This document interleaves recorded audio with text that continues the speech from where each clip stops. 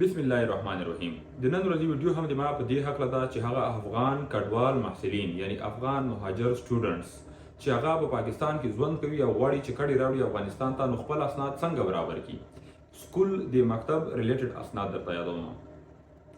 ټول هغه شاګردان چې د اول نه تر نهم صنف پورې سټوډنټس دي په پاکستان کې درسونه یایي، هغه ته خو هیڅ پروسس دی یو شی ضرورت هم نشته. هڅه کلم کډه راوړي په تورخم کې هغه ته یو فارم ورکول کیږي، د افغان مهاجرینو فارم ورکول کیږي. نو هغه فارم چې راوړي دلته چې کوم مکتب ته، کوم لیسې ته، کوم سکول ته ورسي، که دولتي وي او که شخصي وي، نو هغه فارم تر ګوري او ډایرکټ کېنوي او د هغو سره تقریبا 15% تخفیف هم کیږي په فیس کې، په کتابونو کې، په هر شي کې، صرف په دې وجه چې هغه افغان مهاجر پاتې شوي دي. په دې ویډیو کې دوی تاسو نه دا ریکوست کوم چې دا ګوره د محصلینو په اړه کې ویډیو ته د ویډیو به تر دې حد پورې شیر کوئ چې هر هغه سټوډنټ ته ورسیږي چې له پاکستان څخه دی راځي، په افغانستان کې خپل تعلیم جاری ساتي. ځکه چې دلته د اسنادو ټاپه کولو کې سړی ډیر زیات خوار کیږي چې بلد نه ترتیب نه ورته معلوم.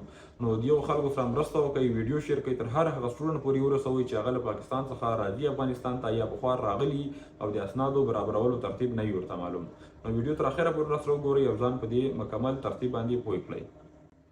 نو هغه شاګردان چې هغه په لسم، یولسم، دولسم کې دي، هغه به راځي هم په هغه زړه ترتیب باندې باید ځان سره یو د مهاجرو فارم راخلي. فارم چې راوړ دی هغه که د ننګرهار خلک وي، نو په ننګرهار کې ماته معلومات ده، په ننګرهار کې به راځي دوی د مهاجرینو دفتر نه به خپل اسناد ټاپه کوي، کوم اسناد چې ته په لیسه کې ورکول شوي، هغه اسناد به بیا د مهاجرو د فارم سره معرف ته وړي، د معرف ریاست ته.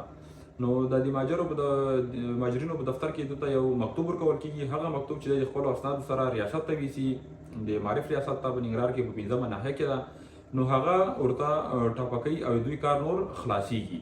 نو د دې نه وروسته دوی دې ته اماده کېږي چې دوی په لسم، یولسم، دولسم کې کینی.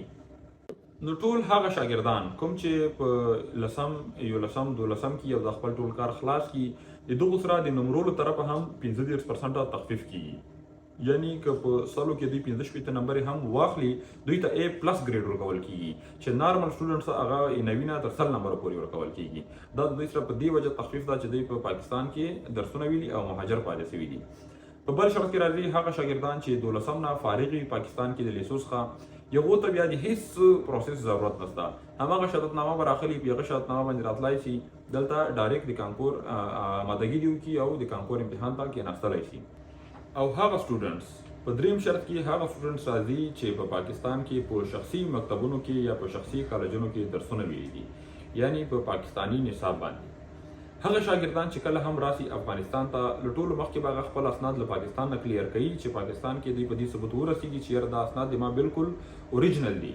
نو داسې هغه به څنګه کلیر کېږي؟ هلته به د چې څه نه وي، که د هر ځای نه وي، پاکستان ترتیب ماته صحیح نه راوالوي، یو ځل به خپل ډاکومنټس کلیر کوي، بیا به راځي افغانستان ته. نو افغانستان د راغلو له ټولو مخکې به دوی ځي کابل ته، په کابل کې به د پاکستان له سفارت نه خپل اسناد ټاپه کوي او هغلته $3 فیس اخلي. دغه نه وروسته راځي ګلبار سینټر سره څنګ ته وزارت خارجه ته. وزارت خارجه کې به بیا خپل اسناد ټاپه کړي او هغه به دوی ته یو مکتوب جاری کړي چې هغو تقریبا $10 فیس ده. او دوی ته دا مکتوب جاری کړي چې دوی د کانکور امتحان بالکل ورکولی شي. دغه شاګردان چې له پاکستان راغلي چې هلته په شخصي مکتبونو، کالجونو کې درس ویلی ده او د افغانستان خپل شاګردان چې دلته پاتې شوي او دلته درس ویلی، نو بعد له دغه به دا دواړه سره بالکل په یو برابر شي.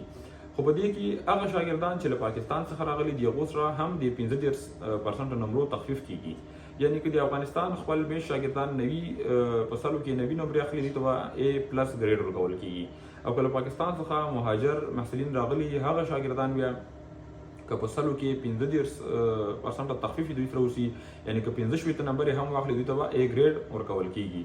دا د هغه ټولو شاګردانو سره د افغانستان د تعلیم د وزارت له طرفه یو سپیشل ډسکاونټ ده، ځکه چې هغه شاګردان د دغو درسونو سره بیا لږ نابلدتیا لري، یعنی بلد نه وي.